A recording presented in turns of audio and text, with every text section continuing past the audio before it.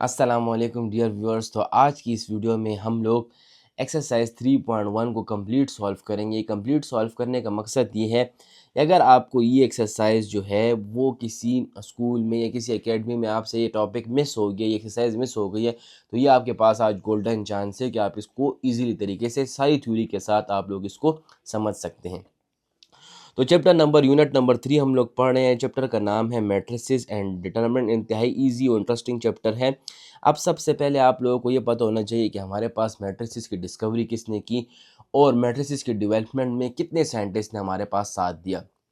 तो मैट्रिक्स जो नाम रखा गया था ना, मैट्रिक्स, ये एक हमारे पास जेम्स जोसेफ एक साइंटिस्ट थे, उन लोगों ने नाम रखा था मैट्रिक्स का। और फिर इनकी डेवलपमेंट में जो काम किया है, डेवलपमेंट में काम किया है हमारे पास आर्थर कैले ने, आर्थर कैले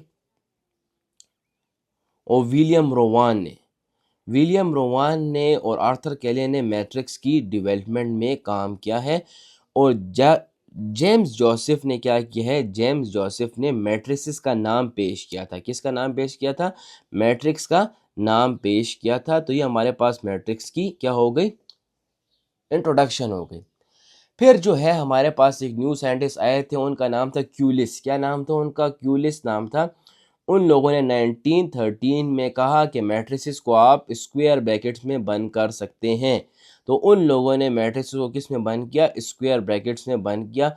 बाकी ये आपके पास सारी मैट्रिक्स की थ्योरी हो गई कि हमारे पास इसकी डेवलपमेंट में 4 साइंटिस्ट ने बहुत आम किरदार अदा किया। सबसे पहले तो थे जेम्स जोसेफ, थे जिन लोगों ने मैट्रिसेस का नाम रखा था, नाम ही मैट्रिक्स रखा था। मैट्रिसेस का नाम मतलब मैट्रिक्स किसने रखा है? जेम्स जोसेफ ने रखा है। फिर इसके बाद हमारे पास जो थे आर्थर कैले थे, विलियम रोवान थे। इन लोगों ने इसकी डेवलपमेंट में बहुत काम किया। जिस तरह आप देख सकते हैं क्रिकेट मैचेस में बैटिंग ऑर्डर भी आ सकते हैं और फील्डिंग ऑर्डर भी आ सकते हैं। तो इसमें आपके पास इसकी मैट्रिक्स की प्रैक्टिकल एप्लीकेशन है। और जो लास्ट बात थी, हमारे पास मैट्रिसेस को स्क्वायर ब्रैकेट में किसने बंद किया था? स्क्वायर ब्रैकेट में बंद करने का नाम 1913 में क्यूलिस ने रखा था। सही है। अब मैट्रिसेस होता है कि अब हम ये पढ़ेंगे कि मैट्रिसेस हम कहते हैं किसको हैं। तो मैट्रिसेस हमारे पास क्या होते हैं? Matrices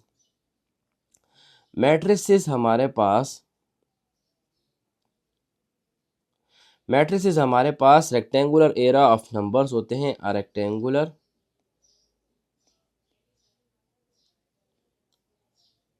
era of numbers, rectangular era of numbers enclosed in a square bracket। एक रेक्टेंगुलर एरा ऑफ नंबर्स होते हैं जो कि हमारे पास स्क्वायर ब्रैकेट में इनक्लोज होते हैं। इसको हम लोग क्या कहते हैं? इसको हम लोग मैट्रिक्स कहते हैं। तो मैट्रिसेस हमारे पास क्या हो गए? एक रेक्टेंगुलर एरा ऑफ नंबर्स हो गए जो कि स्क्वायर ब्रैकेट में हमारे पास बंद होते हैं। रेक्टेंगुलर एरा का मतलब या तो इनकी कम्बिनेशन हमारे पास इस तरह होगी या तो इनकी कम्बिनेशन हमारे पास इस तरह होगी। तो ये रेक्टेंगुलर फॉर्म में होंगे। मतलब मैट्रिक्स के अंदर जो नंबर हैं वो किस तरह अरेंज होंगे? रेक्टेंगुलर फॉर्म में अरेंज होंगे। और बंद किस में होंगे? एक स्क्वायर ब्रैकेट में। पैरेंथेसिस में बंद नहीं होंगे, सेमी ब्रैकेट्स में बंद नहीं होंगे, बल्कि एक स्क्वायर ब्रैकेट्स में बंद होंगे। तो अब हमारे पास यहाँ पर आ जाएगा, यहाँ पर हम लोग लिख लें 1 2 3 4 5 और 6। तो यह हमारे पास क्या हो गई? रेक्टेंगुलर ऑर्डर की अरेंजमेंट हो गई मैट्रिसेस की। और बंद किस में हुए हैं? हमारे पास स्क्वायर ब्रैकेट में। तो यही हमारे पास क्या है? मैट्रिक्स की डेफिनेशन है। तो मैट्रिक्स की डेफिनेशन हमारे पास क्या हो गई? Rectangular array of number that are enclose in a square bracket. ठीक है। अब मैथ्स कहती है कि भाई ये जो हमारे पास जो एलिमेंट्स, ये जो नंबर्स हैं 1 2 3 4 5 और 6, ये हमारे पास क्या है? ये दरअसल हमारे पास मैट्रिसेस के एलिमेंट्स हैं। क्या है? मैट्रिसेस के एलिमेंट्स है। तो ये एलिमेंट्स ऑफ अ मैट्रिक्स हैं। ठीक है। तो एलिमेंट्स ऑफ अ मैट्रिक्स हमारे पास क्या हो गए? एलिमेंट्स ऑफ अ मैट्रिक्स हमारे पास क्या हो गए? 1 2 3 4 5 और 6, ये हमारे पास मैट्रिसेस के क्या हो गए? एलिमेंट्स हो गए। ठीक है। तो इसका मतलब आपको मैंने 3-4 बातें आपको समझा दी। सबसे पहले इंट्रोडक्शन में 4 साइंटिस्ट थे हमारे पास। ठीक है। उसके बाद मैट्रिसेस की डेफिनेशन क्या है कि रेक्टेंगुलर एरा ऑफ नंबर्स हैं जो कि इनक्लोज हैं स्क्वायर ब्रैकेट्स में। और दूसरी बात मैंने आपको ये भी समझा दिया कि हमारे पास जो इसके अंदर नंबर्स होते हैं इनको हम क्या कहते हैं, इसको हम किस तरह प्रोनाउंस करते हैं, इनको हम लोग रेक्टेंगुलर एरा ऑफ नंबर्स को किस तरह प्रोनाउंस करते हैं, एलिमेंट्स ऑफ अ मैट्रिक्स के थ्रू। मतलब ये 1 2 3 4, ये देखिए ये 1 2 3 4 5 6, ये हमारे पास क्या होते हैं, ये हमारे पास मैट्रिसेस के एलिमेंट्स कहलाते हैं। ठीक हो गया, यहाँ तक कोई इशू तो नहीं है। अब आपको दो टॉपिक इंट्रोडक्शन भी क्लियर करा दी, मैट्रिसेस भी क्लियर करा दिया, और इस मैट्रिसेस के एलिमेंट्स के बारे में भी आपको मैंने क्लियर करा दिया। ठीक है, ये एलिमेंट्स की एंट्रीज के बारे में मैंने आपको क्लियर करा। अब हम आ जाते हैं कि रोज वो क्या होती हैं और कॉलम्स क्या होते हैं। तो रोज और कॉलम्स को इंतहाई एक सिंपल तरीके से मैं आपको समझाता हूँ। यहाँ पर हमारे पास एक मैट्रिक्स है, समझे 1 2 3 4 5 और 6, ये हमारे पास एक मैट्रिक्स। तो अब हमारे पास जो इसमें ये हमारे पास हॉरिजेंटल लाइंस हैं, हॉरिजेंटल लाइन, तो जो हॉरिजेंटल लाइंस हैं वो हमारे पास क्या हो गई, हॉरिजेंटल लाइंस हमारे पास हो गई रो, हॉरिजेंटल लाइंस हमारे पास क्या हो गई, रो। और वर्टिकल लाइंस जो हमारे पास हैं, वर्टिकल लाइंस वो हमारे पास क्या कहलाएंगी, वर्टिकल लाइंस हमारे पास कॉलम कहलाएंगी। क्या कहलाएंगी, कॉलम। मतलब ये हमारे पास जो हॉरिजेंटल लाइंस होंगी मैट्रिसेस में वो क्या कहलाएंगी, रो ऑफ मैट्रिक्स, और वर्टिकल लाइंस जो होंगी वो हमारे पास क्या कहलाएंगी, वो हमारे पास कहलाएंगी कॉलम। तो अब यहाँ पर देखिए आप मुझे बता सकते हैं कि इसमें हॉरिजेंटल लाइंस कितनी थी। तो इसमें हॉरिजेंटल लाइंस हमारे पास 2 थी, तो इसका हमारे पास की रो कितनी हो गई, इसमें रो हमारे पास 2 हो गई। ठीक है, और वर्टिकल लाइन इसमें कितनी थी, हमारे पास वर्टिकल लाइन इसमें 3 थी, 1 2 3, तो इसका कॉलम हमारे पास कितने हो गए, कॉलम हमारे पास इसके हो गए 3। ठीक है, तो यही हमारे पास मैट्रिसेस की रोज भी हो गई और यही हमारे पास मैट्रिसेस का क्या हो गया, कॉलम भी हो गया। तो यहाँ तक आप समझ गए कि नहीं। अब इस तरह आपको एक एग्जांपल इसने भी दिया, टीचर ने भी, इसको भी आप दे सकते हैं। तो यहाँ पर हमारे पास क्या है, 2 1 9 3 5 1 7 3 8 और 1 2 4। ठीक है, अब बता रहे कहते हैं इसमें रोज और कॉलम्स बताओ कि रोज कितनी और कॉलम्स कितने हैं। तो वो हम लोग इसी तरीके से बता सकते हैं कि हमारे पास इसमें रोज कितनी है। तो रोज हमारे पास में 1 2 और ये 3 रोज हो गई। कितनी रोज हो गई, 3। तो यहाँ पर हम लोग लिखेंगे रो जो है वो हमारे पास कितनी है, रो हमारे पास है इसमें 3 रोज, हमारे पास कितनी है, 3 रोज है हमारे पास इसमें। और कॉलम्स कितने हैं, तो कॉलम्स भी चेक कर लेंगे।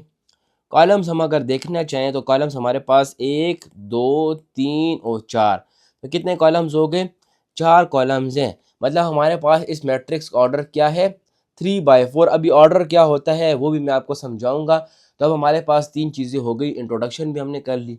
ठीक है, पहले टर्म में इंट्रोडक्शन, दूसरे में फिर हमने मैट्रिक्स की डेफिनेशन भी कर ली। फिर हमारे पास क्या था, एंट्रीज मतलब एलिमेंट्स ऑफ मैट्रिक्स क्या होते हैं, 3 बातें। और लास्ट बात जो हमने सीख ली वो है हमारे पास हॉरिजेंटल लाइंस को हम लोग रोज कहते हैं, वर्टिकल लाइंस को हम लोग कॉलम्स कहते हैं। तो 4 चीज़ें आपका कंसेप्ट सही तरीके से आपको आना चाहिए। अब हम लोग आते हैं ऑर्डर ऑफ अ मैट्रिक्स पे, और फिर हमारे पास लास्ट टॉपिक रह जाएगा इक्वल मैट्रिक्स। तो पहले ऑर्डर क्या होता है इसको डिफाइन करते हैं, ऑर्डर ऑफ अ मैट्रिक्स। तो ऑर्डर ऑफ अ मैट्रिक्स हमारे पास क्या होता है, ऑर्डर ऑफ अ मैट्रिक्स मतलब हम मैट्रिक्स का कैसे ऑर्डर को डिफाइन करेंगे। तो ऑर्डर ऑफ अ मैट्रिक्स को हम कैसे डिफाइन करेंगे, ऑर्डर ऑफ अ मैट्रिक्स हमारे पास होता है combination of rose and columns. मतलब एक मैट्रिक्स में कितनी रोज हैं और एक मैट्रिक्स में कितने कॉलम्स हैं, इनको आप मिला के जब मिलाएंगे ना आपस में ख़ास एक प्रोनाउंसिएशन से, जब आप इन बातों को आपस में मिलाएंगे तो तब आपको पता चलेगा कि जी मैट्रिक्स का ऑर्डर हमारे पास क्या होता है। ठीक है, मतलब ये रोज और कॉलम्स की कंबाइंड फॉर्म होती है, लेकिन सबसे पहले आपने रोज को लिखना है, कॉलम्स को नहीं लिखना। ऐसा ना हो आप कॉलम बाय रो कर दो, नो, रो बाय कॉलम आपने करनी है, तो वही मैट्रिक्स का ऑर्डर आपको बताता है। तो इस इंतहाई सिंपल वर्ड से मैं आपको इस टॉपिक को समझाता हूँ। इस तरह हर एक टॉपिक मैं आपको उठा के समझाया करूंगा, बस आपने गौर से सुनना है। ठीक है, अब देखिए हमारे पास ये क्या है, 1 2 3 और 4 एक मैट्रिक्स है मेरे पास। ठीक है, अब मुझे सिंपल बातों में कहता है कि भाई इस मैट्रिक्स का मुझे क्या बता दो, इस मैट्रिक्स का मुझे ऑर्डर बता दो। तो इस पे बिल्कुल कोई भी मुश्किल की बात नहीं है, सिंपल तरीके से हम इस मैट्रिक्स का ऑर्डर डिफाइन कर सकते हैं। क्या करेंगे इसके साथ कि हम सबसे पहले देखेंगे इसमें रोज कितनी हैं, और इसमें कॉलम्स कितने हैं। तो रोज़ हमारे पास इसमें कितनी है जी, रोज़ हमारे पास इसमें कितनी थी, रोज़ हमारे पास इसमें 2 रोज़ थी। मानते हैं सारे, सारे मानते हो। इसमें हमारे पास कितनी रोज़ हैं, 2 रोज़ हैं। और हमारे पास इसमें कॉलम कितने हैं, कॉलम भी हमारे पास इसमें कितने हैं जी, 2 कॉलम्स हैं। अब इसका एक स्पेसिफिक तरीका है, एक स्पेसिफिक नोटेशन है ऑर्डर फाइंड करने की। भाई उसमें सबसे पहले आपने रोज़ लिखनी है, कॉलम नहीं लिखने। तो रो बाय कॉलम का जो ऑर्डर है वो हमारे पास क्या कहलाता है, ऑर्डर ऑफ अ मैट्रिक्स। अगर आप लिखो कॉलम बाय रो तो वो टोटली गलत है। आपने क्या लिखना है, row by column, row by column का जो ऑर्डर है वो हमारे पास स्पेसिफिक ऑर्डर और करेक्ट ऑर्डर है मैट्रिक्स का। तो आप इसका ऑर्डर क्या आप डिफाइन करोगे, इसका ऑर्डर आ जाएगा 2/2। तो ये हमारे पास मैट्रिक्स का क्या आ जाएगा, ऑर्डर ऑफ अ मैट्रिक्स आ जाएगा। मतलब ये है कि आप इजी बात है कि अगर किसी मैट्रिक्स का ऑर्डर आपने निकालना है तो आप क्या करोगे भाई, जाओगे पहले उसमें रोज़ कितनी है, फिर उसमें कॉलम्स कितने हैं, फिर रो बाय कॉलम का आप कम्बिनेशन बनाओगे और फिर पहले रोज़ को लिखोगे, फिर स्लैश लगाओगे, बाय लिखोगे, फिर स्लैश लगाओगे, फिर कॉलम लिखोगे। तो ये आपको क्या बताएगा, ये आपको किसी मैट्रिक्स का ऑर्डर आपको इजी तरीके से बता सकता है। क्लियर है, ठीक है। अब हमारे पास अगर एक और मैट्रिक्स है, यहाँ पर है 1 3 4 5 6 और 7, ये हमारे पास। अब आपसे पूछता है कि भाई मुझे इस मैट्रिक्स का ऑर्डर जाके बताओ। तो इंतहाई इजी तरीके से भाई आप इसमें पहले रोज़ काउंट कर लोगे, रोज़ कितनी है सर, रोज़ हमारे पास है भाई 2, ठीक है। फिर हम लोग क्या स्लैश लगा देंगे, बाय लगा देंगे, फिर हमारे पास क्या है, कॉलम्स कितनी है भाई, कॉलम से मत डरो, कॉलम्स हमारे पास वर्टिकल लाइंस होती हैं। तो कॉलम्स हमारे पास कितनी है, 1 2 3, 3 कॉलम्स हैं। तो इसका ऑर्डर हो गया हमारे पास क्या, 2/3। तो ये हमारे पास मैट्रिक्स का क्या ऑर्डर हो गया, 2/3। तो ऑर्डर ऑफ अ मैट्रिक्स इंतहाई इजी तरीके से भी मैंने आपको निकालना सिखा दिया। थ्योरी में इसी वजह से करा रहा हूँ, बार बार सुनिएगा। अगर आपको थ्योरी क्लियर है तो एक्सरसाइज आपको मिनटों में क्लियर हो सकती है, लेकिन अगर आपको थ्योरी क्लियर नहीं है तो आप एक्सरसाइज नहीं कर सकते, ना एमसीक्यूज कर सकते हो, ना कुछ कर सकते हो। तो कोशिश करो इस थ्योरी को सही तरीके से रट लो ताकि आपके लिए मैथ्स एक आसानी का कंसेप्ट बन जाए, ठीक है। अब हम आगे आते हैं, अब हम आ जाते हैं उसके ऊपर इक्वल मैट्रिक्स। लास्ट टॉपिक हमारा रह गया इक्वल, इसको मैं सारा रिवाइज करूंगा। 5 टॉपिक्स हमारे पास हो गए, लास्ट हमारे पास रह गया इक्वल मैट्रिक्स। 6 टॉपिक्स थे एक्सरसाइज में। तो इस एक्सरसाइज को क्लियर करने से पहले इन 6 टॉपिक्स को क्लियर करो, फिर आपके लिए एक्सरसाइज इंतहाई ईजी है, ठीक है। अब हमारे पास आता है इक्वल मैट्रिक्स।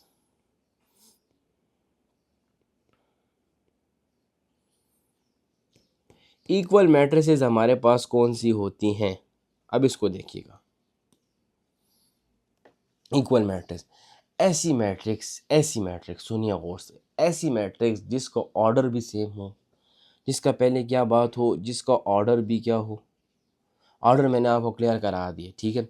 ऑर्डर सेम हो और दूसरी बात यह है कि उसका साथ क्या हो, उसके एलिमेंट्स भी सेम हो। ऑर्डर भी सेम हो और साथ एलिमेंट्स भी सेम हो। तो ये दो बातें अगर किसी मैट्रिक्स में है तो वो मैट्रिक्स क्या है, इक्वल है। अब मैं एक लिखता हूँ यहाँ पर लिख लो 1 2 3 4, और यहाँ पर मैं लिखता हूँ भाई क्या ए, और यहाँ पर लिख लो 3 4 और 5, ठीक है। अब इस मैट्रिक्स के हमारे पास जो है वो ऑर्डर तो सेम है। इस मैट्रिक्स का ऑर्डर हमारे पास क्या है, 2x2। इस मैट्रिक्स का भी ऑर्डर हमारे पास, या 2x2 की जगह पर आपके बुक के मुताबिक प्रोनाउंसिएशन में 2/2, और इस मैट्रिक्स का ऑर्डर हमारे पास क्या है, 2/2। लेकिन क्या आप मुझे बताएं, इसको ऑर्डर तो सेम है भाई, ऑर्डर सेम है सर, ऑर्डर सेम है। क्या एलिमेंट सेम है, नहीं सर एलिमेंट सेम नहीं है। क्योंकि देखो 3 जो है वो 4 से मैच नहीं करता, 4 जो है वो 5 से मैच नहीं करता, 2 जो है वो 3 से मैच नहीं करता। चलो ए की वैल्यू 1 है, इधर भी 1 है, ए भी इधर भी 1 है, लेकिन और एलिमेंट्स जो है वो सेम नहीं है। तो ये मैट्रिक्स जो है वो इक्वल नहीं हो सकती। तो मैट्रिक्स कब इक्वल होगी, मैट्रिक्स तब ही इक्वल होगी जब उसमें दोनों चीज़ें क्लियर हों, जब उसके ऑर्डर भी सेम हो और उसके एलिमेंट्स भी क्या हों, सेम। अब मैं एक आपको मैट्रिक्स बताता हूँ एग्जांपल में दे के, अब आपको इसका समझ आ जाएगी कि हमारे पास अगर ये मैट्रिक्स हो 1 5 6 और 7, और यहाँ पर भी मैं लिख लूँ क्या 1 5 6 और 7, अब बताएं क्या ये मैट्रिक्स इक्वल है? यस सर, ये मैट्रिक्स इक्वल है। क्यों? क्योंकि उसके एलिमेंट्स भी सेम है, ये एलिमेंट भी सेम है, ये एलिमेंट भी सेम, ये एलिमेंट भी सेम है भाई, ये एलिमेंट भी सेम है, ये एलिमेंट भी सेम है और ये एलिमेंट भी सेम है। दूसरी बात क्या कि सर इसका ऑर्डर भी हमारे पास क्या है 2/2, इसका ऑर्डर भी हमारे पास क्या है 2/2, तो इसका मतलब ये दोनों मैट्रिक्स हमारे पास क्या हो जाएंगी, ये दोनों मैट्रिक्स हमारे पास इक्वल हो जाएंगी। तो इक्वल मैट्रिक्स हमारे पास कौन सी मैट्रिक्स होगी कि उसमें दो शर्तें होनी चाहिए। क्या शर्त होनी चाहिए कि एक वो हमारे पास क्या होनी चाहिए, उसका ऑर्डर सेम होना चाहिए, और दूसरा वो हमारे पास इक्वल होनी चाहिए, तब ये एक मैट्रिक्स हमारे पास इक्वल मैट्रिक्स कहलाएगी। अब आपको अगर इसके रिगार्डिंग कोई मेथड कोई क्लियर नहीं हुआ तो आप मुझे कमेंट सेक्शन में ज़रूर बता सकते हैं। मैंने आपको 6 टॉपिक्स डिफाइन किए हैं, 6 टॉपिक्स। सबसे पहले आपको मैंने इंट्रोडक्शन का है कि मैट्रिसेस को हमारे पास डिफाइन किसने किया, मैट्रिक्स का नाम किसने रखा, जेम्स जोसेफ ने। ठीक है, आर्थर कैले ने और विलियम रोवान ने जो है हमारे पास मैट्रिसेस की डेवलपमेंट में बहुत काम किया, और क्यूलिस ने मैट्रिसेस को स्क्वायर ब्रैकेट से बंद किया इन 1913 में। तो ये हमारे पास पहले इंट्रोडक्शन हो गई। दूसरा टॉपिक मैंने आपको बताया मैट्रिसेस क्या होते हैं, रेक्टेंगुलर एरे ऑफ नंबर्स होते हैं जो कि इनक्लोज होते हैं एक खास स्क्वायर ब्रैकेट में, उसको हम लोग क्या कहते हैं, मैट्रिसेस। ठीक है, और उसके अंदर जो नंबर्स होते हैं उसको हम लोग क्या कहते हैं, एलिमेंट्स ऑफ अ मैट्रिक्स। ये तीसरा टॉपिक हो गया, इंट्रोडक्शन, मैट्रिसेस, और तीसरा टॉपिक क्या, एलिमेंट्स। अब रोज क्या होती है, चौथा टॉपिक हमारे पास रोज क्या होती है, कॉलम्स क्या होती हैं, ये भी मैंने आपको डिफाइन कर दी। हॉरिजेंटल लाइंस को हम रोज कहते हैं, वर्टिकल लाइंस को हम कॉलम्स कहते हैं। 4 बातें हो गई। पांचवी बात, ऑर्डर कैसे फाइंड करते हैं, तो order is the combination of row by column. तो रो पहले आप देखें, फिर स्लैश लगाएं, बाय देखें, फिर स्लैश लगाएं, फिर कॉलम को देखें, और ये हमारे पास क्या हो गई, पांचवी बात। पांचवी बात ऑर्डर हो गया। लास्ट वाली बात हमारे पास जो थी वो क्या थी, लास्ट वाली 6 वाली बात, वो हमारे पास इक्वल मैट्रिक्स। तो किसी मैट्रिक्स को इक्वल पेश करने के लिए आपके पास दो कंसेप्ट होने चाहिए। सबसे पहले आप मैट्रिक्स का ऑर्डर सेम होना चाहिए। दूसरी बात, उस मैट्रिक्स के एलिमेंट्स जो हैं, हर एक एलिमेंट्स क्या होना चाहिए, मैट्रिक्स का सेम होना चाहिए, तभी वो मैट्रिक्स क्या होगी, इक्वल मैट्रिक्स कहलाएगी। ठीक है, मुझे उम्मीद है कि इस थ्योरी पे आप सही तरीके से समझ गए होंगे। अब इस थ्योरी के ऊपर आप जब समझ गए हो ना भाई, अब हम लोग एक्सरसाइज की तरफ बढ़ते हैं, एक्सरसाइज की तरफ। अब उसको सही तरीके से अब सॉल्व करेंगे। एक्सरसाइज 3.1 को अब हम सही तरीके से क्या करेंगे, सॉल्व करेंगे। अब देखेंगे, पहले सवाल की तरफ आते हैं। देखिए मैंने आपको बोला है ना, जब आपके पास ये चीज़ें रहेंगी तो इजी तरीके से आप लोग क्या कर सकोगे, सॉल्व कर सकोगे। थ्योरी अगर आपको क्लियर है तो भाई आप एमसीक्यूज, आपका माइंड बन जाता है, आपके लिए सवाल इंतहाई गपशप हो जाएंगे। ठीक है, अब हमारे पास एक्सरसाइज 3.1 है। ठीक है, अब इसमें हम लोग पहला क्वेश्चन सॉल्व करते हैं। क्वेश्चन नंबर 1 क्या है हमारे पास, इसमें कहते हैं मुझे सिर्फ रोज के बारे में बताओ और एंड कॉलम्स के बारे में बताओ। किसके बारे में बताओ, रोज एंड कॉलम्स के बारे में बताओ। ठीक है, तो अब रोज क्या होती हैं और कॉलम्स क्या होते हैं, अब इसको देखते हैं हम रोज से। तो देखिए आपको मैंने पहला क्वेश्चन था हमारे पास, पहला क्वेश्चन है बहुत इजी एक्सरसाइज का। तो यहाँ पर हमारे पास है ए इज इक्वल टू 0 0 फिर 0 और फिर 0। ठीक है, अब इसमें कहते हैं हमारे पास रोज क्या हैं और कॉलम्स क्या हैं। तो मैंने सिंपल बात बताई थी, हॉरिजेंटल कंपोनेंट्स हमारे पास कितने हैं, इसमें हॉरिजेंटल हमारे पास कितने हैं, हॉरिजेंटल लाइंस कितनी है, 2। तो इसकी रो हमारे पास कितनी हो गई, तो रो भी हम बता देंगे और कॉलम भी बता देंगे। तो हॉरिजेंटल लाइंस हमारे पास इसमें कितनी हैं, हॉरिजेंटल लाइंस हमारे पास 2 हैं, और वर्टिकल लाइंस हमारे पास कितनी है, वो भी 2 हैं। तो हॉरिजेंटल लाइंस हमारे पास 2 हो गई और वर्टिकल लाइंस भी हमारे पास 2 हो गई, तो ये हमारे पास रो हो गया और कॉलम हो गया। क्लियर है क्वेश्चन नंबर 1 का पार्ट नंबर 1। अब हम लोग पार्ट नंबर 2 की तरफ आते हैं। बी इज इक्वल टू 3 4 और 7। अब हमारे पास आप मुझे बताएं कि इसमें रोज और कॉलम कितने हैं। तो अब इसमें हमारे पास रोज जो है वो कितनी है, 1 2 3। तो इसमें रो कितनी हो गई, 3। और कॉलम इसमें हमारे पास कितने हैं, 1 कॉलम है इसमें, 1। इसका कॉलम कितना हो गया हमारे पास, 1 कॉलम हो गया। तो सिर्फ हॉरिजॉन्टल और वर्टिकल लाइंस के बारे में आपको बताना है, इंतहाई इजी तरीके से ये सवाल हो रहे हैं। मैंने क्या कहा, थ्योरी क्लियर करो भाई, एक्सरसाइज आसान है। अब सी वाले पार्ट की तरफ आते हैं। सी मेरे पास क्या है, 8 - 10 और 11, ठीक है। अब इसमें आपने रो बतानी है और कॉलम को बताना है कि भाई रो और कॉलम की कॉम्बिनेशन क्या है, लेकिन ऑर्डर तो नहीं बताना, सिर्फ रो और कॉलम बताना। तो अब हमारे पास इसमें रो कितनी है, 1 रो, कितनी रो, 1 रो। और कॉलम कितने हैं, 1 2 3, 3 कॉलम है, यहाँ पर आप लिख लोगे 3 कॉलम्स। तो 1 रो और 3 कॉलम्स हमारे पास, इसमें सिर्फ रो और कॉलम की कॉम्बिनेशन बतानी है। अब डी वाले सवाल की तरफ आते हैं। डी वाला हमारे पास क्या है, 3 2 1, फिर हमारे पास क्या है, 1 0 3 4 5 6, 1 0 3 4 5 6। अब फिर इसमें रो बताने हैं और क्या बताना है, कॉलम बताना है, ठीक है। तो रो हमारे पास इसमें कितनी है, रोज हमारे पास इसमें 1 2 3 रोज हैं, कितनी रोज हैं, 3 रोज। और कॉलम्स हमारे पास कितने हैं, 1 2 3 कॉलम्स हैं, कितने कॉलम्स हैं, 3 कॉलम्स हैं। तो 3 रो और 3 कॉलम्स, फिर इजी तरीके से। तो इस एक्सरसाइज में मैंने आपको कहा, थ्योरी अगर आपको क्लियर है तो एक्सरसाइज आपके लिए सिंपल है। अब ई वाला, अब ये ई वाला सवाल इजी तरीके से हम लोग देखते हैं। ई वाला आप लोग देखें गौर से। तो ई वाला हमारे पास क्या है, 5 9 - 2, 5 9 - 2, और फिर हमारे पास क्या क्वेश्चन है, -3 4 5। तो -3 4 5। तो आप जल्दी से खुद से करने की कोशिश करें कि रोज इसमें कितने हो गए रो, और कॉलम कितने हो गए। तो रो हमारे पास क्या होता है, रो हमारे पास हॉरिजॉन्टल लाइन, तो हॉरिजॉन्टल लाइन हमारे पास में कितनी हो गई, 2। और वर्टिकल लाइन हमारे पास में कितनी होगी, 1 2 3।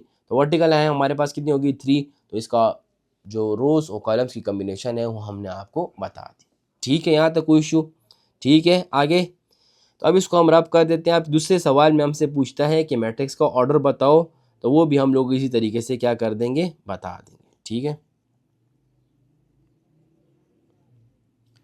अब हम लोग जो है नेक्स्ट क्वेश्चन की तरफ आते हैं, क्वेश्चन नंबर 2 की तरफ। वो हमारे पास क्या है, क्वेश्चन नंबर 2 हमारे पास क्या कहता है, राइट द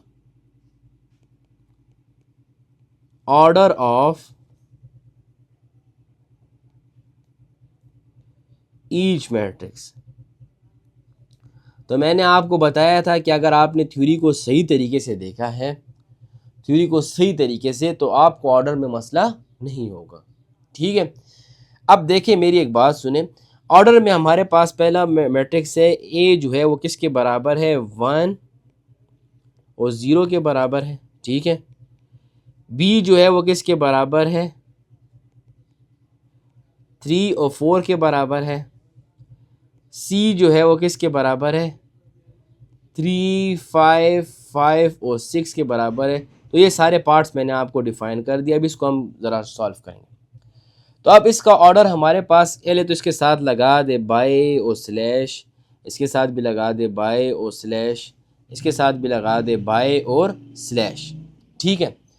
अब इसका ऑर्डर इजी तरीके से बता सकते हैं। अब इसमें रोज़ हमारे पास कितनी हैं, 2 रोज़ हैं और 1 कॉलम है। 2 रोज़ और 1 कॉलम का हमारे पास क्या हो जाएगा, 2/1। तो इसका ऑर्डर 2/1, सिंपल। अब इसको देखें, इस मैट्रिक्स में कितनी रोज़ हैं, 1 रो और 2 कॉलम। तो पहले हम लोग क्या लिख लेंगे, रो, 1 रो थी और कितने कॉलम से, 2 कॉलम से, 1/2 ऑर्डर। तो मैंने कहा है ना, जिसको थ्योरी सही तरीके से क्लियर है ना, वो अब इसमें मसला नहीं करेगा, वो कब शप होगा उसके लिए एक्सरसाइज। अब देखें इसमें ऑर्डर कितने, 2 रोज हैं और 2 कॉलम्स हैं। तो इसका ऑर्डर क्या हो जाएगा, 2/2, ठीक है। तो ये हमारे पास मैट्रिक्स का क्या हो गया, ऑर्डर। अब हमारे पास इसमें 2 सवाल रह गए हैं, वो तो इजी तरीके से आप लोग समझ गए कंसेप्ट रिकॉर्डिंग। तो 4 वाला आप खुद तरीके से भी कर सकते हैं। 4 वाला क्या, डी इज इक्वल टू 0 3 4 0 3 4 5 0 9, ठीक है। और ई वाला जो है वो हमारे पास 5 वाला पार्ट है, वो क्या है हमारे पास ई वाला, वो है हमारे पास 0 1 3 4 5 6 आ जाएगा, 5 6 आ जाएगा। और लास्ट पार्ट एफ है हमारे पास 6 वाला, वो क्या है एफ इज इक्वल टू 5। तो ये सिर्फ हमारे पास 3 पार्ट्स हैं इसके। अब देखेंगे इसको, अब गौर से देखिएगा जी। अब इसका ऑर्डर हमारे पास क्या है, इसमें कितनी रोज़ हैं, इससे हमारे पास 2 रोज़ हैं और 3 कॉलम्स हैं, ठीक है। तो इसका ऑर्डर हमारे पास सिंपल क्या होगा, 2/3 आएगा कि नहीं, 2/3 सिंपल। फिर इसमें हमारे पास कितनी मैट्रिक्स हैं, कितनी रोज़ और कॉलम्स हैं, 3 रोज़ हैं और 2 कॉलम हैं। तो इसका ऑर्डर हमारे पास क्या होगा, 3/2। तो ये हमारे पास मैट्रिक्स का ऑर्डर होगा। अब हम लोग लास्ट वाले पार्ट की तरफ आते हैं, पार्ट नंबर 6 जो है वो हमारे पास। अब उसका ऑर्डर मैंने करूँ तो उसमें एक रो ही है और एक कॉलम ही है, सिंपल एक रो और एक कॉलम है हमारे पास। तो उसका ऑर्डर हमारे पास क्या होगा, 1/1। तो ये हमारे पास मैट्रिक्स का ऑर्डर हो गया और इसको हमने इसी तरीके से क्या कर दिया, डिफाइन कर दिया। तो ये हमारे पास, मैंने क्या है, एक्सरसाइज आपके लिए सिंपल रहेगी, एक्सरसाइज इंशाल्लाह आपके लिए बिल्कुल सिंपल रहेगी अगर आपने पीछे थ्योरी देख कर आए। अब हम लोग नेक्स्ट क्वेश्चन की तरफ आते हैं, क्वेश्चन नंबर 3 क्या कहते हैं, which of the following matrices are equal. कौन कौन सी मैट्रिसेस हमारे पास इसमें इक्वल हैं। तो सिंपल आसान केस है, question number 3।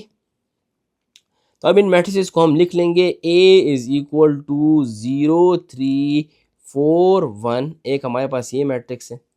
B is equal to 9 - 7। और सी जो है उसको मैं सॉल्व कर लेता हूँ।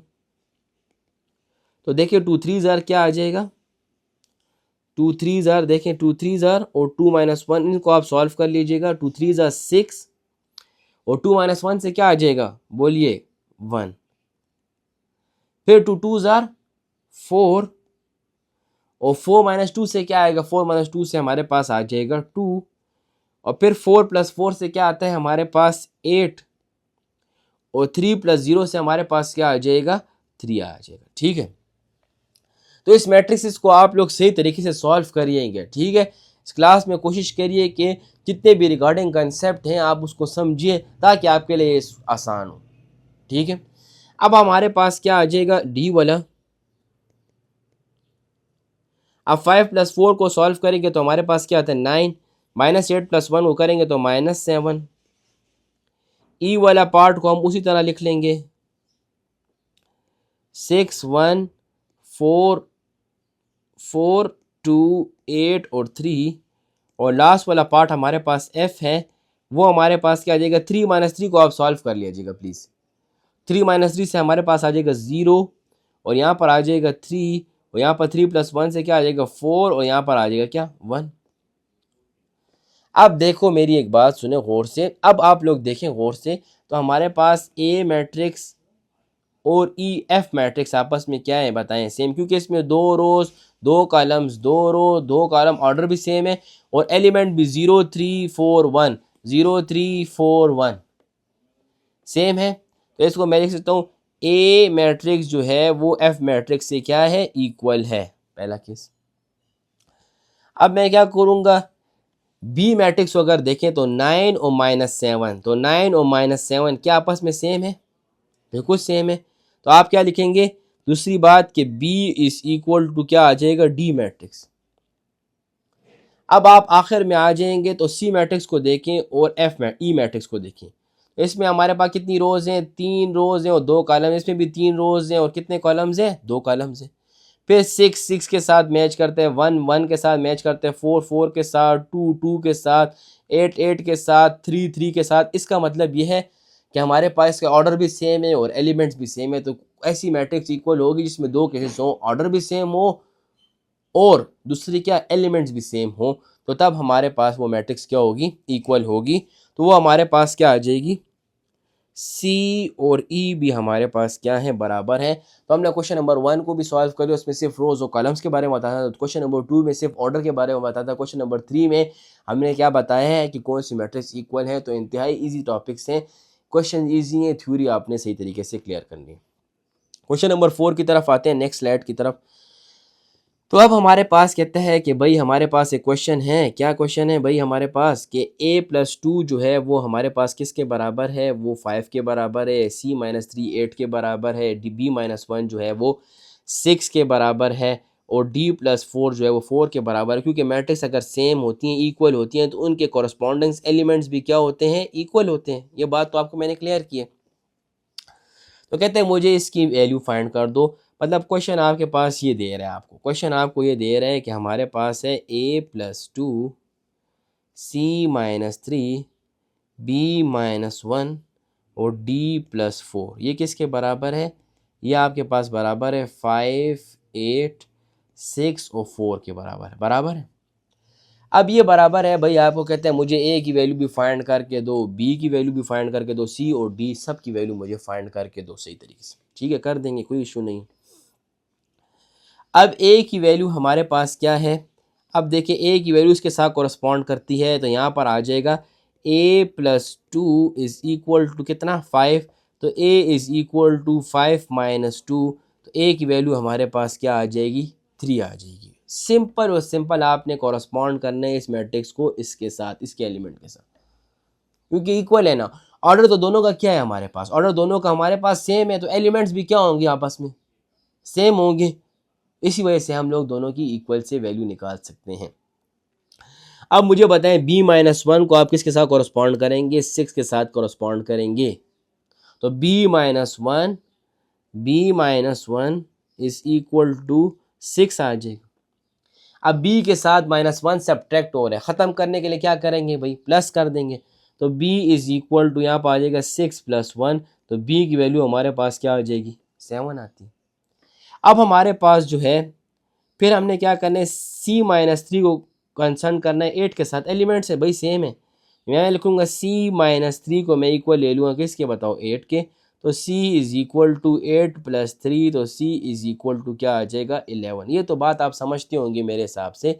अगर किसी चीज़ की वैल्यू आपने निकालनी है, किसी अल्फ़ाबेट की आपने वैल्यू निकालनी है, तो आप क्या करेंगे, सिंपली उसको सब्ट्रैक्ट हो रहा है तो ऐड कर देंगे, अगर ऐड हो रहा है तो क्या कर देंगे, सब्ट्रैक्ट कर देंगे।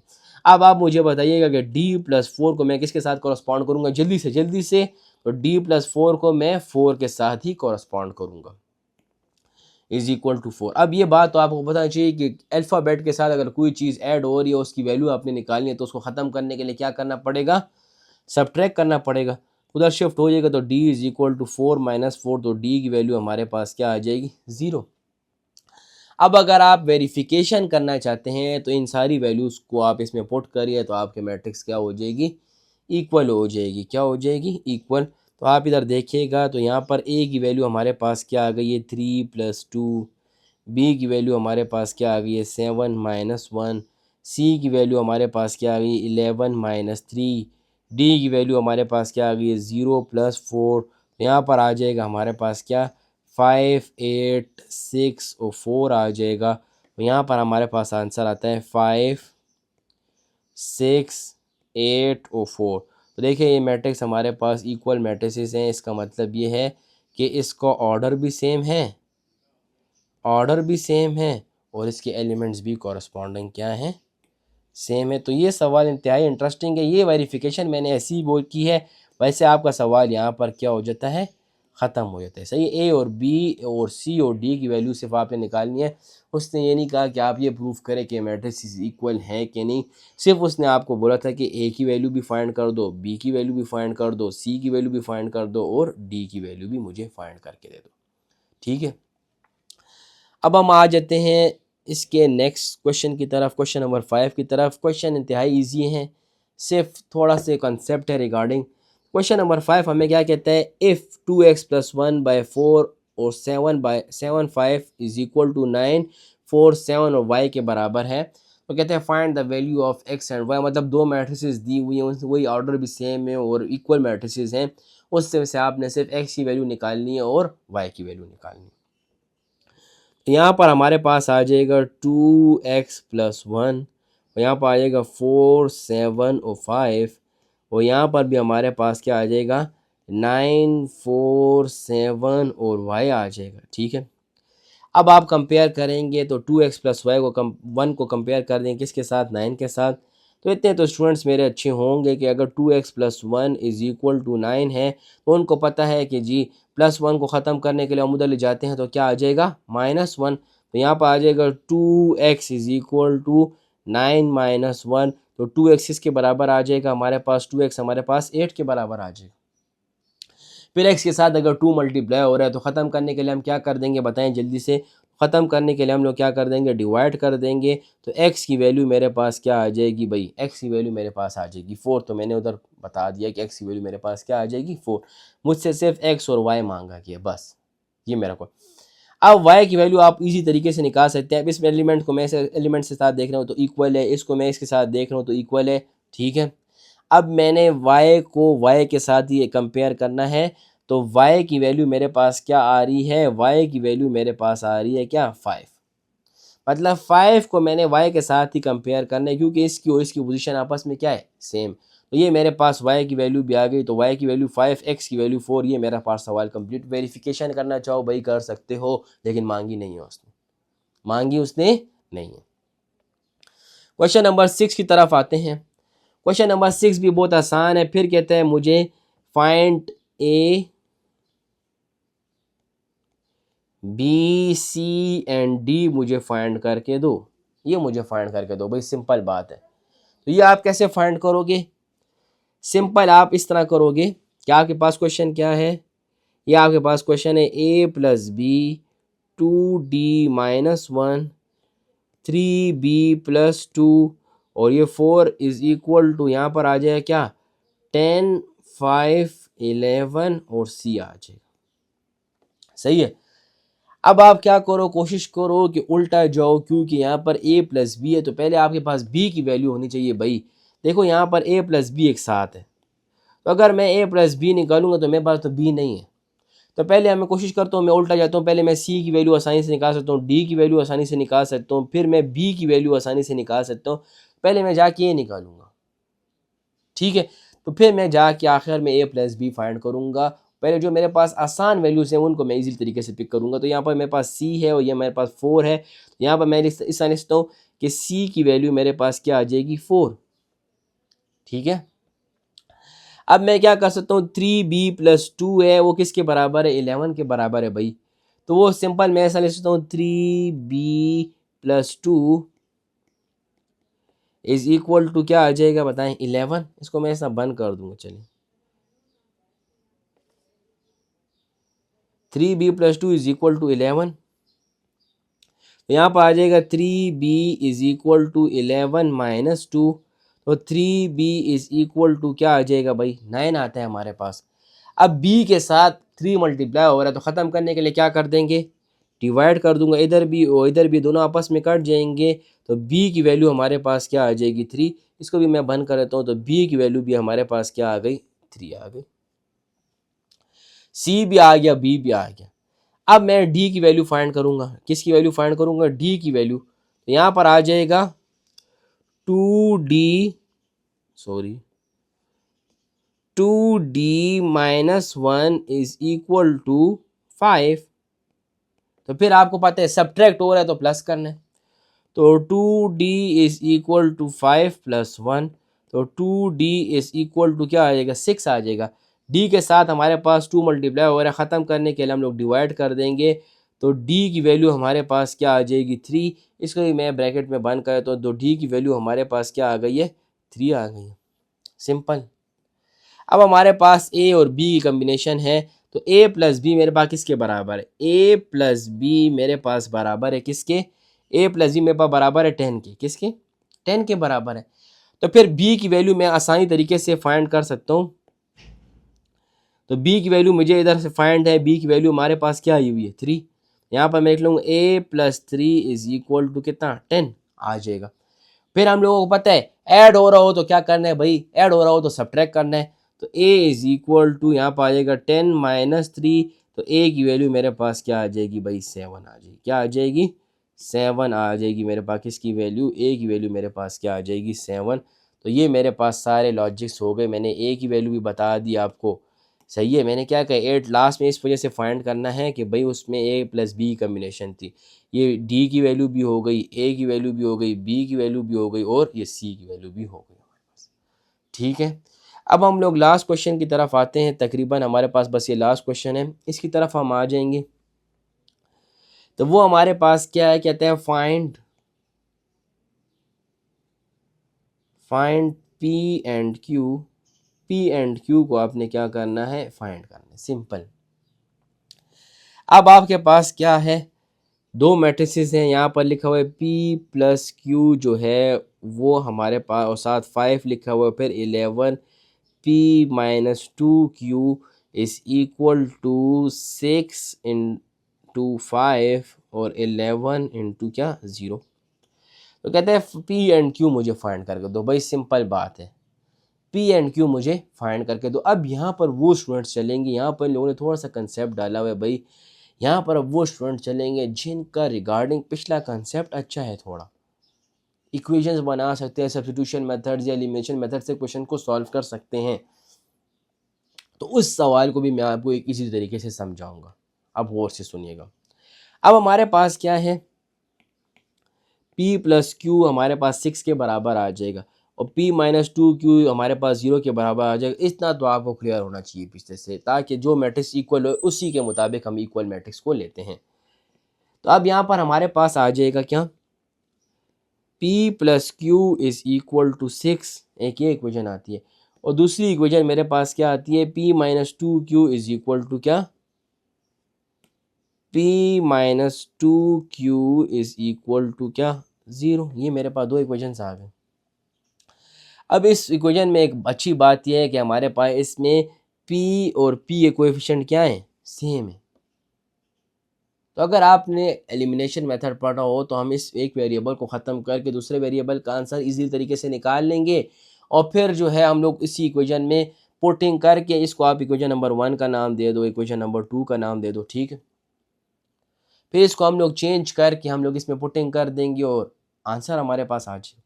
तो हम लोग क्या करेंगे, यहाँ पर हम लोग लिख लेते हैं 1p plus q is equal to 6 और 1p minus 2q is equal to क्या आ जाएगा भाई, 0 आ जाएगा। अब इधर गौर से देखिएगा, p की वैल्यू हमारे पास है ना, p की, तो p की वैल्यू आपका कोएफिशिएंट सेम है, तो p की अगर हम साइन चेंज कर दें, ये माइनस हो जाए, ये हमारे पास क्या हो जाए, प्लस हो जाए। 0 न्यूट्रल नंबर है, वो प्लस माइनस उससे कोई घंटा फर्क नहीं पड़ता भाई उसको। तो ये दोनों p और p आपस में क्या हो जाएंगे, कट जाएंगे।